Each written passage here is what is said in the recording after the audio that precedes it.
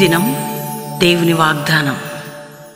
ఈ ఉదయకాల సమయంలో ఈ దినం దేవుని వాగ్దానం చక్కటి ఆత్మీయ కార్యక్రమానికి ప్రేమతో ఆహ్వానిస్తూ, ఎలా ఉన్నారు దేవుని బిడ్డలారా? మీరందరూ కూడా బాగున్నారా? ఉదయం లేచి ప్రార్థన చేయటం, బైబిల్ చదవటం, దేవుని వాగ్దానం రిసీవ్ చేసుకోవటం, morning 5 to 6 pastor Praveen YouTube నుండి ఆరాధన అటెండ్ అవుతున్నారా? ఎందుకు అంటే ప్రభుతో గడపడం, దేవుని సహాయం తీసుకోవటం, ఉదయకాలం దేవునితో మన యొక్క సంబంధం ప్రారంభించడం మంచిది.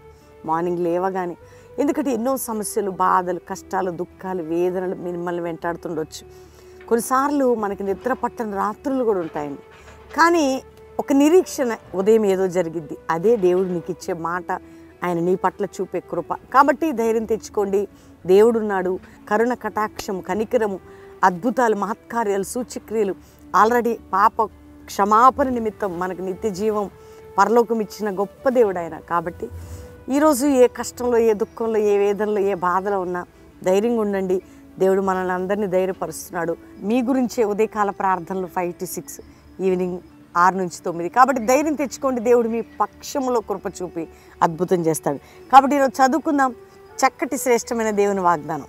నేను చదువుతున్నాను నిర్గమకాండ 33వ అధ్యాయం 17వ వచనం. కాగా యెహోవా, నీవు చెప్పిన మాట చొప్పున చేసేదను, నీ మీద నాకు కటాక్షము కలిగినది. దేవుని బిడ్డలారా, మోషే దేవునితో గడిపినప్పుడు దేవుడు మాట్లాడుతున్న మాట, నువ్వు చెప్పింది నేను చేస్తా. ఎవరు చెప్పిందండి? తన దాసుడు చెప్పింది చేస్తాడు. ఏం కలిగింది నీ మీద? నా కటాక్షము కలిగింది. నీ మీద కటాక్షము చూపుతా. దేవుని బిడ్డ అంటే మన ప్రార్థన విని మన మీద, మన జీవితంలో కటాక్షము చూపే దేవుడైన, మన మాటను వినే దేవుడైన. నువ్వు చెప్పిన మాట ప్రకారం నేను చేస్తా. మోషే, నీ మీద నాకు కటాక్షం కలిగింది. దేవుని బిడ్డ, నువ్వు కన్నీటితో ప్రార్థిస్తున్నావా? దుఃఖం, వేదనల గుండా ప్రార్థన చేస్తున్నావా? ఒకవేళ దేవుడు నీ మాట వినట్లేదు అనుకుంటున్నావా?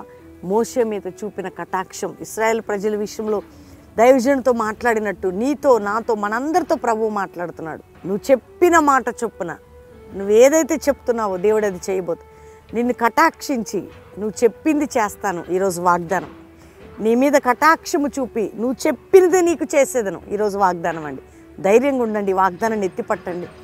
మోషేకి చెప్పినట్టు దేవుడు ఆయన మాట విన్నట్టు నీ కన్నీరు, నీ ప్రార్థన, నీ వేదన వింటున్నాడు. నీ మీద కటాక్షం చూపి ఆయన నీకు చేయవలసింది చేయబోతున్నాడు. కాబట్టి ధైర్యంగా ఉండండి.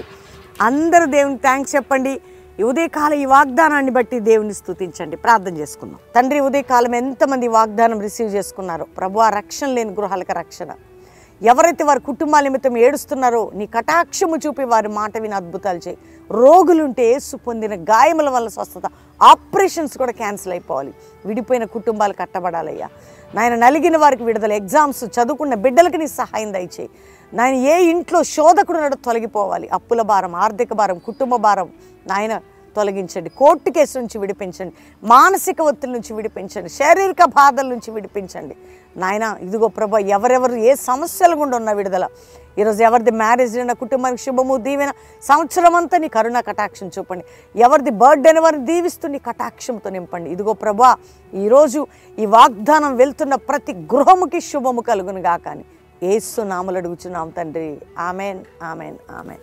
నేను నమ్ముతున్నాను దేవుని బిడ్డలారా, ఉదయకాలం రిసీవ్ చేసుకోండి. వాగ్దానాన్ని గట్టిగా పట్టుకోండి. అందరికీ షేర్ చేయండి. ధైర్యంగా ఉండండి. దేవుడు మనతో మాట్లాడుతున్నాడు. రోజు మార్నింగ్ 5 to 6 మిస్ కాకండి. ఈవినింగ్ 6 to 9 లైవ్ చూడండి. అద్భుతమైన కార్యాలు ప్రభు చేస్తూ ఉన్నాడు. మీ జీవితాల గొప్ప కార్యాలు. ఎవరు మీరు బెల్లంపల్లి రావాలని, శనివారం జరిగే సువార్త స్వస్థ సభకి రండి. ఆదివారం 3 ఆరాధనలు పాల్గొని వెళ్ళొచ్చు. శనివారం ప్రే చేయించుకోవచ్చు. ఈ వాగ్దానాలన్నిటి ద్వారా దేవుడు మిమ్మల్ని దీవించును గాక. Praise the Lord. God bless.